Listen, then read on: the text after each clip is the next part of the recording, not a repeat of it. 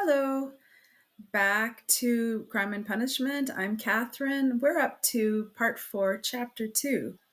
And Raskolnikov has just parted company with Svidrigaïlov, who is wanting to give 10,000 rubles to Dounia. So Raskolnikov has that message to deliver, and we'll find out what happens next. It was nearly 8 o'clock. The two young men hurried to Bakaleyev's to arrive before Luzhin. "Why, who was that?" asked Razumihin as soon as they were in the street. "It was Svidrigaïlov, that landowner, in whose house my sister was insulted when she was their governess. Through his persecuting her with his attentions, she was turned out by his wife, Marfa Petrovna. This Marfa Petrovna begged Dunia's forgiveness afterward, and she has just died suddenly. It was of her that we were talking this morning. I don't know why I'm afraid of that man. He came here at once after his wife's funeral. He's very strange and is determined on doing something. We must guard Dunia from him. That's what I wanted to tell you. Do you hear? Guard her? What can he do to harm Avdotya Romanovna? Thank you, Rodya, for speaking to me like that. We will guard her. Where does he live? I don't know. Why didn't you ask? What a pity. I'll find out, though. Did you see him? Asked Raskolnikov after a pause. Yes, I noticed him. I noticed him well. Did you really see him? Did you see him clearly? Raskolnikov insisted. Yes, I remember him perfectly. I should know him in 1,000.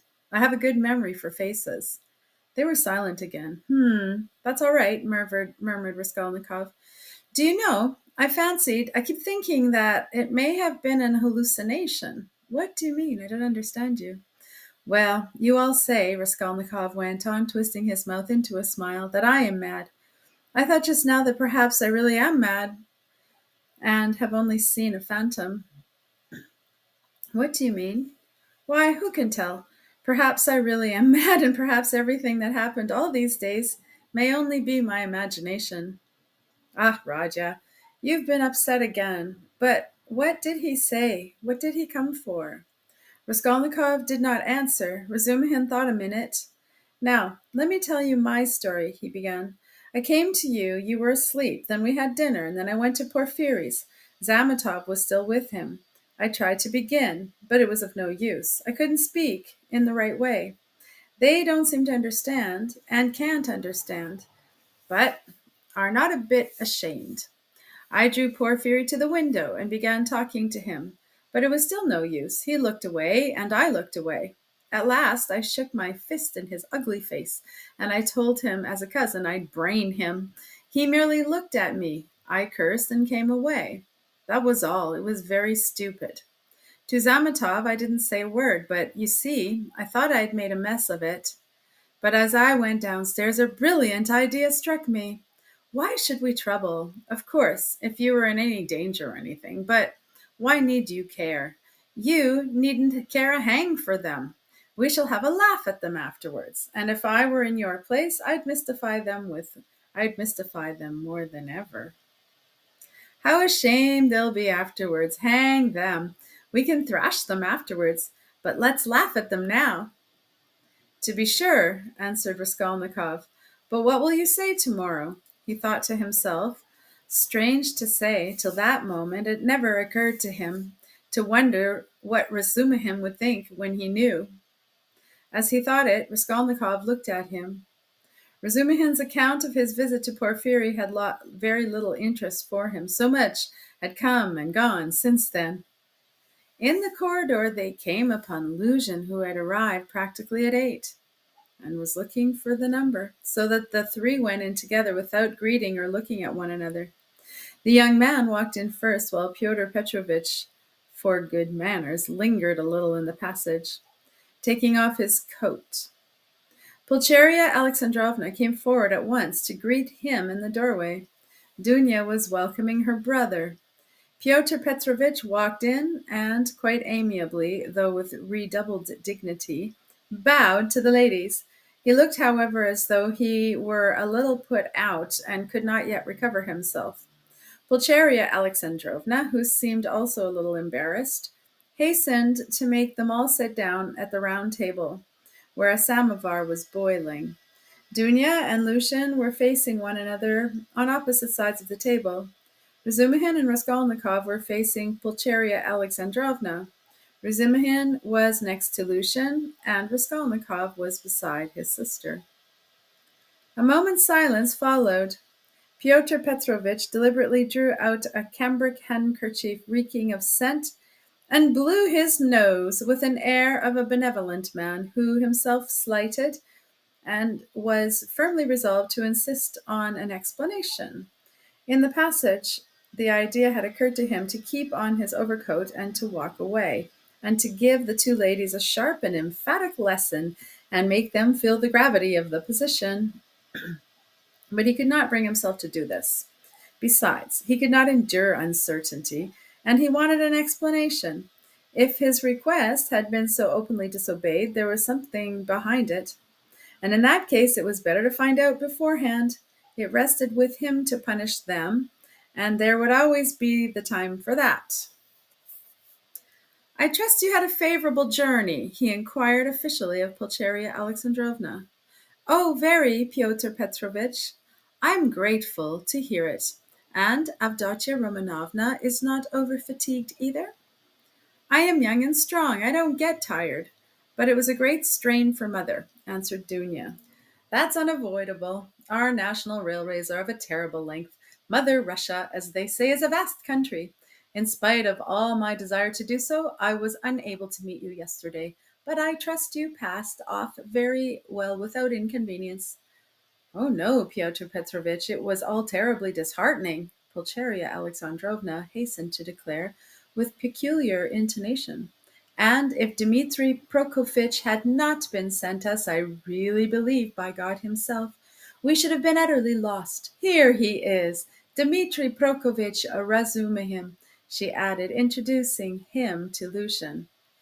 "I had the pleasure yesterday," muttered Pyotr Petrovitch with a hostile glance sidelong at Razumihin. Then he scowled and was silent. Pyotr Petrovitch belonged to that class of persons on the surface, very polite in society, who make a great point of punctiliousness, but who, directly as they are crossed in anything, are completely disconcerted and become like sacks of flour, more like that than elegant and lively men of society. Again all was silent. Raskolnikov was obstinately mute.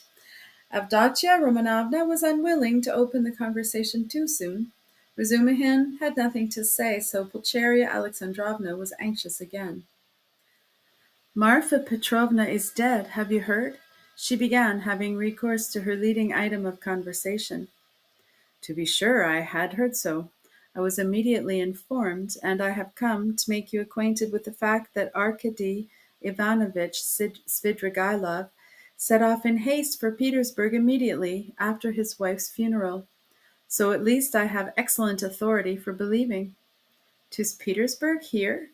Dounia asked in alarm, and looked at her mother. "Yes, indeed, and doubtless not without some design, having in view the rapidity of his departure, and all the circumstances preceding it." "Good heavens! Won't he leave Dounia in peace even here?" cried Pulcheria Alexandrovna. "I imagine that neither you nor Avdotia Romanovna have any grounds for uneasiness, unless, of course, you are yourselves desirous of getting into communication with him. For my part, I am on my guard, and am now discovering where he is lodging." "Oh, Pyotr Petrovitch, you would not believe what a fright you have given me," Pulcheria Alexandrovna went on. "I've only seen him twice, but I thought him terrible, terrible. I am convinced that he was the cause of Marfa Petrovna's death." "It's impossible to be certain about that. I have precise information. I do not dispute that he may have contributed to accelerate the course of events by the moral influence, so to say, of the affront. But as to the general conduct and moral characteristics of that personage, I am in agreement with you. I do not know whether he is well off now, and precisely what Marfa Petrovna left him. This will be known to me within a very short period. But no doubt there is he here in Petersburg. If he has any pecuniary resources, he will relapse at once into his old ways. He is the most depraved and abjectly vicious specimen of that class of men. I have considerable reason to believe that Marfa Petrovna, who was so unfortunate as to fall in love with him and to pay his debts 8 years ago, was of service to him also in another way. Solely by her exertions and sacrifices, a criminal charge involving an element of fantastic and homicidal brutality for which he might well have been sentenced to Siberia was hushed up. That's the sort of man he is, if you care to know. Good heavens! Cried Pulcheria Alexandrovna. Raskolnikov listened attentively. Are you speaking the truth when you say that you have good evidence of this? Dounia asked sternly and emphatically. I only repeat what I was told in secret by Marfa Petrovna. I must observe that from the legal point of view, the case was far from clear. There was, and I believe still is, living here, a woman called Reslish, a foreigner, who lent small sums of money at interest and did other commissions. And with this woman, Svidrigaïlov had for a long while been close and mysterious relationship with. She had a relation, a niece, I believe, living with her, a deaf and dumb girl of 15, or perhaps not more than 14. Reslish hated the girl and grudged her every crust. She used to beat her mercilessly. One day the girl was found hanging in the garret. At the inquest the verdict was suicide. After the usual proceedings the matter ended, but later on information was given that the child had been cruelly outraged by Svidrigaïlov. It is true, this was not clearly established. The information was given by another German woman of loose character whose word could not be trusted. No statement was actually made to the police, thanks to Marfa Petrovna's money and exertions. It did not get beyond gossip, and yet the story is a very significant one. You heard, no doubt, Avdotya Romanovna, that when you were with them in the story, the servant Philip who died of ill treatment he received 6 years ago, before the abolition of serfdom? I heard, on the contrary, that this Philip hanged himself. Quite so, but what drove him, or rather perhaps disposed him to suicide, was the systematic persecution and severity of Mr. Svidrigaïlov. I don't know that, answered Dounia dryly. I only heard a queer story that Philip was a sort of a hypochondriac, a sort of domestic philosopher, the servants used to say. He read himself silly, and that he hanged himself partly on account of Mr. Svidrigaïlov's mockery of him, and not his blows, when I was sure he behaved well to the servants, and they were actually fond of him, though they certainly did blame him for Philip's death. I perceive, Avdotya Romanovna, that you seem disposed to undertake his defense all of a sudden, Luzhin observed, twisting his lips into an ambiguous smile. There's no doubt that he is an astute man, and insinuating where ladies are concerned, of which Marfa Petrovna, who has died so strangely, is a terrible instance. My only desire has been to be of service to you and your mother, with my advice, in view of the renewed efforts which may certainly be anticipated from him. For my part, it's my firm conviction that he will end in a debtor's prison again. Marfa Petrovna had not the slightest intention of settling anything substantial on him, having regard for his children's interests, and if she left him anything, it would only be the merest sufficiency, something insignificant and ephemeral, which would not last a year for a man of his habits. Pyotr Petrovitch, I beg you, said Dounia, say no more of Mr. Svidrigaïlov. It makes me miserable. He has just been to see me, said Raskolnikov, breaking his silence for the first time. There were exclamations from all, and they all turned on to him. Even Pyotr Petrovitch was roused. An hour and a half ago he came in while I was asleep, woke me, and introduced himself, Raskolnikov continued. He was fairly cheerful and at ease, and quite hopes that we shall become friends. He is particularly anxious, by the way, Dounia, for an interview with you, at which he asked me to assist. He has a proposition to make to you, and he told me about it. He told me, too, that a week before her death, Marfa Petrovna left you 3,000 roubles in her will, Dounia, and that you can receive the money very shortly. Thank God! Cried Pulcheria Alexandrovna, crossing herself. Pray for her soul, Dounia. It's a fact, broke from Luzhin. Tell me, what more? Dounia urged Raskolnikov. Then he said that he wasn't rich, and that all the estate was left to his children, who are now with an aunt, and that he was staying somewhere not far from me, but where, I don't know. I didn't ask. But what? What does he want to propose to Dounia? Cried Pulcheria Alexandrovna in a fright. Did he tell you? Yes. What was it? I'll tell you afterwards. Raskolnikov ceased speaking and turned his attention to his tea. Pyotr Petrovitch looked at his watch. I am compelled to keep a business engagement, and so I shall not be in your way, he added with an air of some pique, and he began getting up. Don't go, Pietro Petrovitch, said Dounia. You intended to spend the evening. Besides, you wrote yourself that you wanted to have an explanation with mother. Precisely so, Avdotya Romanovna, Piotr Petrovitch answered impressively, sitting down again, but still holding his hat. I certainly desired an explanation with you and your honored mother upon a very important point indeed. But as your brother cannot speak openly in my presence, and of some proposals of Mr. Svidrigaïlov, I too do not desire, and am not able to speak openly in the presence of others, of certain matters of the greatest gravity. Moreover, my most weighty and urgent request has been disregarded. Assuming an aggrieved air, Luzhin relapsed into dignified silence. Your request that my brother should not be present at our meeting was disregarded solely at my insistence, said Dounia. You wrote that you had been insulted by my brother. I think that this must be explained at once, and that you must be reconciled. And if Rodion really has insulted you, then he should and will apologize. Pyotr Petrovitch took a stronger line. There are insults, Avdotya Romanovna, which no goodwill can make us forget. There is a line in everything which is dangerous to overstep, and when it has been overstepped, there is no return. That wasn't what I was speaking of exactly, Pyotr Petrovitch, Dounia interrupted with some impatience. Please understand that our whole future depends now on whether all this is explained and set right as soon as possible. I tell you frankly at the start that I cannot look at it in any other light. And if you have the least regard for me, all this business must be ended today. However hard that may be, I repeat that if my brother is to blame, he will ask your forgiveness.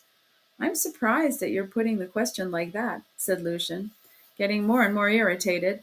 Esteeming and, so to say, adoring you, I may at the same time very well indeed be able to dislike some member of your family. Though I lay claim to the happiness of your hand, I cannot accept duties incompatible with. Ah, don't be so ready to take offense, Pyotr Petrovitch, Dounia interrupted with feeling. And be sensible and generous, man. Be the sensible and generous man I have always considered and wish to consider you to be. I've given you a great promise. I am your betrothed. Trust me in this matter, and, believe me, I shall be capable of judging impartially. My assuming the part of judge is as much a surprise for my brother as for you. When I insisted on him coming to this interview today, after your letter, I told him nothing of what I meant to do. Understand that, if you are not reconciled, I must choose between you. It must be either you or he. That is how the question rests on your side and on his. I don't want to be mistaken in my choice, and I must not be. For your sake, I must break off with my brother. For my brother's sake, I must break off with you. I can find out for certain now whether he is a brother to me, and I want to know it, and of you, whether I am dear to you, whether you esteem me, whether you are the husband for me. Avdotya Romanovna, Luzhin declared huffily, your words are of too much consequence to me. I will say more. They are offensive in view of the position I have the honor to occupy in relation to you. To say nothing of your strange and offensive setting me on the level with an impertinent boy, you admit the possibility of breaking your promise to me. You say you or he, showing thereby of how little consequence I am in your eyes. I cannot let this pass, considering the relationship and the obligations existing between us. What? Cried Dounia, flushing. I set your interest beside all that has been hitherto most precious in my life, what has made up the whole of my life. And here you are offended at my making too little account of you. Raskolnikov smiled sarcastically. Razumihin fidgeted, but Pyotr Petrovitch did not accept the reproof. On the contrary, at every word he became more persistent and irritable, as though he relished it. Love for the future partner of your life, for your husband, ought to outweigh your love for your brother, he pronounced sententiously. And in any case, I cannot be put on the same level. Although I said so emphatically that I would not speak openly in your brother's presence, nevertheless, I intend now to ask your honored mother for a necessary explanation on the point of great importance, closely affecting my dignity. Your son, he turned to Pulcheria Alexandrovna, yesterday, in the presence of Mr. Razsudkin, or I think that's it, excuse me, I have forgotten your surname.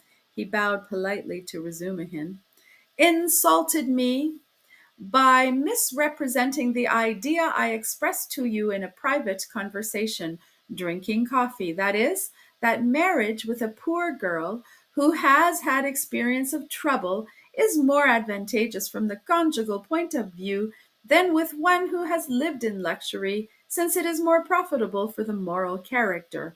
Your son intentionally exaggerated the significance of my words and made them ridiculous, accusing me of malicious intentions, and as far as I could see, relied upon your correspondence with him. I shall consider myself happy, Pulcheria Alexandrovna, if it is possible for you to convince me of an opposite conclusion and thereby considerately reassure me. Kindly let me know in what terms precisely you repeated my words in your letter to Rodion Romanovitch. I don't remember, faltered Pulcheria Alexandrovna. I repeated them as I understood them. I don't know how Rodya repeated them to you. Perhaps he exaggerated. He could not have exaggerated them except at your instigation. Pyotr Petrovitch, Pulcheria Alexandrovna declared with dignity, the proof that Dounia and I did not take your words in the very bad sense is the fact that we are here. Good, mother, said Dounia approvingly. Then it is my fault again, said Luzhin, aggrieved. Well, Pyotr Petrovitch, you keep blaming Rodion, but you yourself have just written what was false about him, Pulcheria Alexandrovna added, gaining courage. I don't remember writing anything false. You wrote, Raskolnikov said sharply, not turning to Luzhin, that I gave money yesterday not to the widow of the man who was killed, as was the fact, but to his daughter, whom I had never seen till yesterday. You wrote this to make dissension between me and my family, and for that object added coarse expressions about the conduct of a girl whom you don't know. All is mean slander. Excuse me, sir, said Luzhin, quivering with fury. I enlarged upon your qualities and conduct in my letter solely in response to your sister's and mother's inquiries, how I found you, and what impression you made on me. As for what you've alluded to in my letter, be so good as to point out one word of falsehood. Show, that is, that you didn't throw away your money, and that there are not worthless persons in that family, however unfortunate. To my thinking, you, with all your virtues, are not worth a little finger of that unfortunate girl at whom you throw stones. Would you go so far, then, as to let her associate with your mother and sister? I've done so already, if you care to know. I made her sit down today with Mother and Dounia." "Rodya!" cried Pulcheria Alexandrovna. Dounia crimsoned. Razumihin knitted his brows. Luzhin smiled with lofty sarcasm. "You may see for yourself, Avdotya Romanovna," he said, "whether it is possible for us to agree. I hope now that this position is at an end once and for all. I will withdraw that I may not hinder the pleasures of a family intimacy and the discussion of secrets." He got up from his chair and took his hat. "But in withdrawing, I venture to request that for the future I may be spared similar meetings and, so to say, compromises. I appeal particularly to you, honored Pulcheria Alexandrovna, on this subject, the more as my letter was addressed to you and to no one else." Pulcheria Alexandrovna was a little offended. "You seem to think we are completely under your authority, Pyotr Petrovitch. Dounia has told you the reason your desire was disregarded. She has the best intentions. And indeed, you write as though you were laying commands upon me. Are we to consider every desire of yours as a command? Let me tell you, on the contrary, that you ought to show particular delicacy and consideration for us now, because we have thrown up everything, and we have come here, relying on you, and so we are in any case, in a sense, in your hands." "That is not quite true, Pulcheria Alexandrovna, especially at the present moment, when the news has come of Marfa Petrovna's legacy, which seems indeed very apropos, judging from the new tone you take with me," he added sarcastically. "Judging from that remark, we may certainly presume that you were reckoning on our helplessness," Dounia observed irritably. "But now, in any case, I cannot reckon on it, and I particularly desire not to hinder your discussion of the secret proposals of Arkady Ivanovitch Svidrigaïlov, which he has entrusted to your brother, and which have, I presume, a great and possibly a very agreeable interest for you." "Good heavens!" cried Pulcheria Alexandrovna. Razumihin could not sit still in his chair. "Aren't you ashamed now, sister?" asked Raskolnikov. "I am ashamed, Rodya," said Dounia. "Pyotr Petrovitch, go away." She turned to him, white with anger. Pyotr Petrovitch had apparently not at all expected such a conclusion. He had too much confidence in himself, in his power, and in the helplessness of his victims. He could not believe it, even now. He turned pale, and his lips quivered. "Avdotya Romanovna, if I go out of this door now, after such a dismissal, then you may reckon on it. I will never come back. Consider what you are doing. My word is not to be shaken." "What insolence!" cried Dounia, springing up from her seat. "I don't want you to come back again." "What? So that's how it stands!" cried Luzhin, utterly unable to the last moment to believe in the rupture, and so completely thrown out of his reckoning now. "So that's how it stands! But do you know, Avdotya Romanovna, that I might protest—" "What right have you to speak to her like that?" Pulcheria Alexandrovna intervened hotly. "And what can you protest about? What rights have you? Am I to give my Dounia to a man like you? Go away. Leave us altogether. We are to blame for having agreed to a wrong action, and I above all." "But you have bound me, Pulcheria Alexandrovna." Luzhin stormed in a frenzy. "By your promise, and now you deny it, and besides, I have been led on account of that into expenses." This last complaint was so characteristic of Pyotr Petrovitch that Raskolnikov, pale with anger and with the effort of restraining it, could not help breaking into laughter. But Pulcheria Alexandrovna was furious. "Expenses? What expenses? Are you speaking of our trunk?" "But the conductor brought it for nothing for you. Mercy on us! We have bound you." "What are you thinking about, Pyotr Petrovitch? It was you bound us hand and foot, not we." "Enough, mother, no more, please," Avdotya Romanovna implored.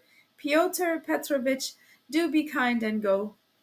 "I am going, but one last word," he said, quite unable to control himself. "Your mamma seems to have entirely forgotten that I made up my mind to take you, so to speak, after that gossip of the town had spread all over the district in regard to your reputation. Disregarding public opinion for your sake, and reinstating your reputation, I certainly might very well reckon on a fitting return, and might indeed look for gratitude on your part, and my eyes have only now been opened. I see myself that I have acted very, very recklessly in disregarding the universal verdict." "Does the fellow want his head smashed?" cried Razumihin, jumping up.